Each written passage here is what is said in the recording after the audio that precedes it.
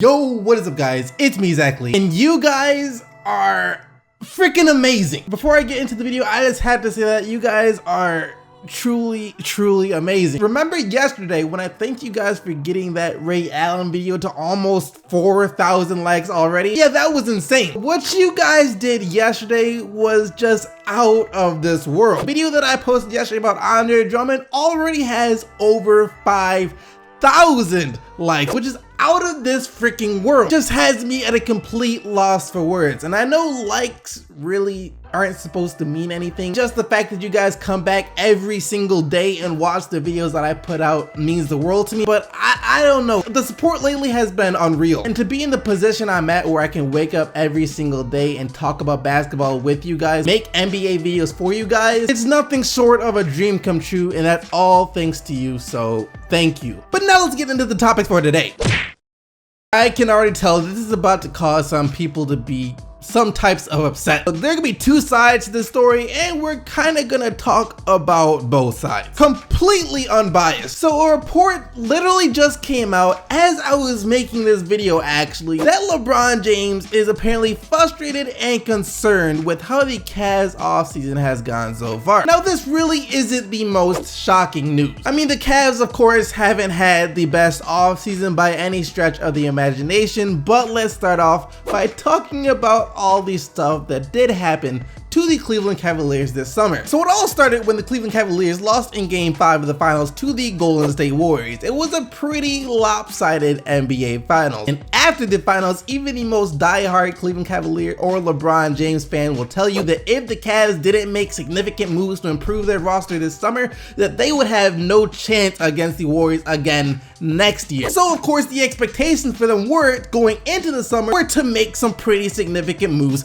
so they could have a chance of competing with the Golden State Warriors next year. Somehow, some way, just make a move. And I say somehow, some way, because it would take somehow, in some way, it would take a freaking miracle for the Cavs to get dramatically better next year. Not just because who knows what talent's out there, but because they would have a very hard time getting any significant talent. Remember yesterday when I was talking about the Portland Trail Blazers and how they are one of the most financially screwed teams in the NBA right now? Well, the only team that is more screwed financially than Portland Trail Blazers would be the Cleveland Cavaliers. I think, if I'm not mistaken, the Cavs are over the salary tax by nearly $40 million, meaning they're well over the luxury tax line too. So going into the summer, just signing someone or, absorbing someone's contract like a Carmelo Anthony was almost completely out of the question. But that's when it got interesting, because basically right at the start of the summer, a couple of big name players became available: Paul George and Jimmy Butler. And almost immediately the Cavs were linked to both players. And it got really interesting when not too long after that, things were getting serious between the Cavs and the Bulls about a trade talk for Jimmy Butler. However, things then went south quickly for the Cavs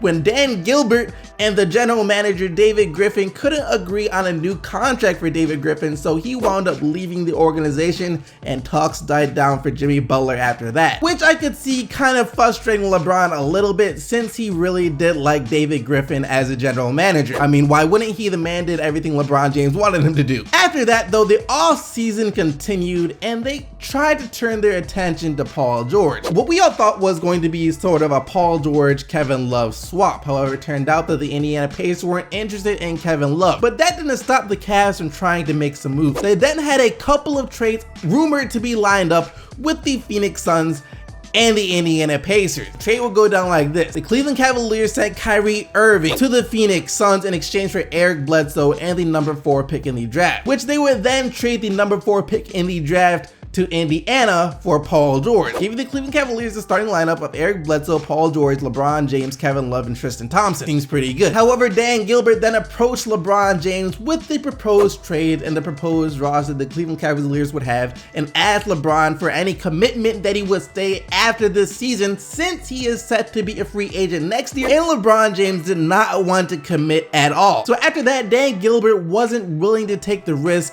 and the trade died down. Paul George wound up in OKC and Jimmy Butler wound up on the Timberwolves. The Cavs struck out, and fast forward a few weeks later and the Cleveland Cavaliers are still a mess. They had some talks with Chauncey Billups about becoming their possible next GM. However, after Chauncey didn't get the money he was asking for from Cleveland, he decided to pull his name out of consideration. And other than that, all the Cavs have done so far this summer was bring back basically the exact same team they had last year, but they added one extremely key piece, the difference maker himself, aka Jose Calderon. And that's what led LeBron James to the point where he is now, where he is apparently frustrated with the Cleveland Cavaliers. Not that they signed Jose Calderon, even though I don't know, that might have something to do with it. I could be kind of frustrated if that's all my team brought into. This is where some fans are gonna be split on how they feel. See, some people think that LeBron James has a right to be frustrated with the Cleveland Cavaliers. I mean, their chance to win more rings is right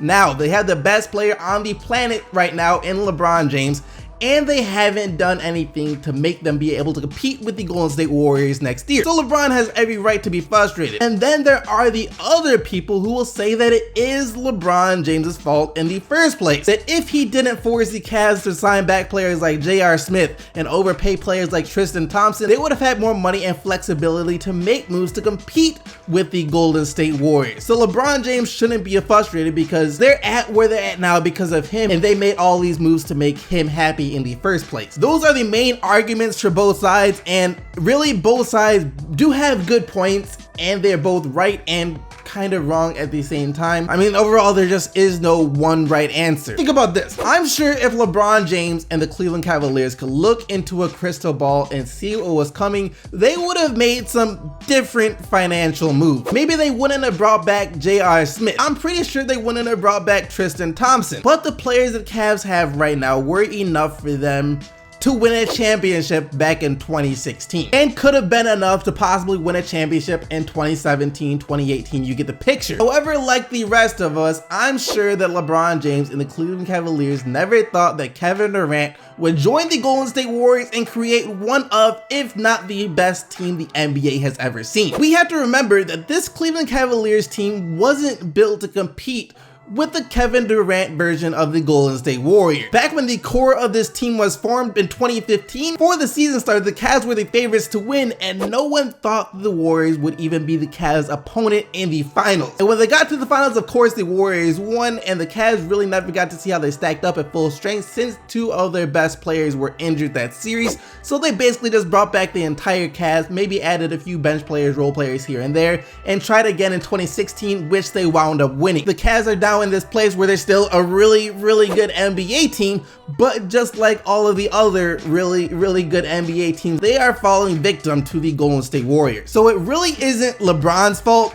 or the Cavs' fault. It's just how the NBA is right now. All that being said, I'm not even too sure how much I'm buying into this whole thing about LeBron James being upset or being frustrated or disappointed with the Cavaliers. Sure, he might be a bit since they let David Griffin go and he really liked them, and that they haven't been able to find a GM so far, but I don't think the fact that they haven't made moves to compete with Golden State this summer is enough to disappoint LeBron at this point. I mean, remember, his whole thing with coming back to Cleveland was to bring a ring to the city. LeBron James brought a ring to the Cleveland Cavaliers, and the GMs and the owners allowed him to do that. They put the piece in line for him to do that. It's just, once again, now like the rest of the good teams in the NBA, the Cleveland Cavaliers are just falling victim to the Golden State Warriors.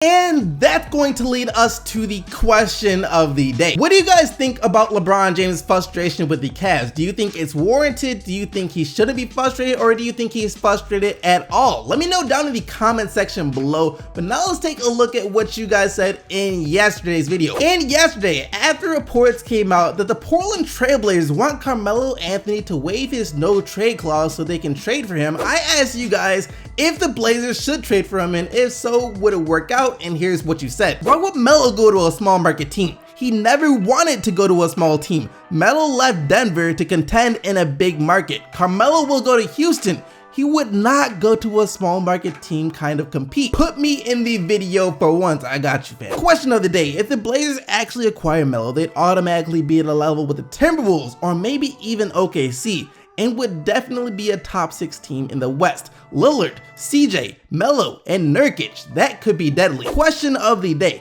I believe Melo to the Blazers would make them a better offensively, but the Blazers guard tend to play no defense. They need a two-way player. Melo would make the Blazers better, no doubt. Maybe not contenders, but they would be dramatically better. That being said, he might not be the player to help them out on defense, but if you had to choose between Carmelo Anthony, Allen Crabbe, or Evan Turner, who would you pick? Carmelo Anthony, that's what I thought. You pick Carmelo 500% of the time. Now, on the other hand, would Melo waive his no-trade clause to go to Portland?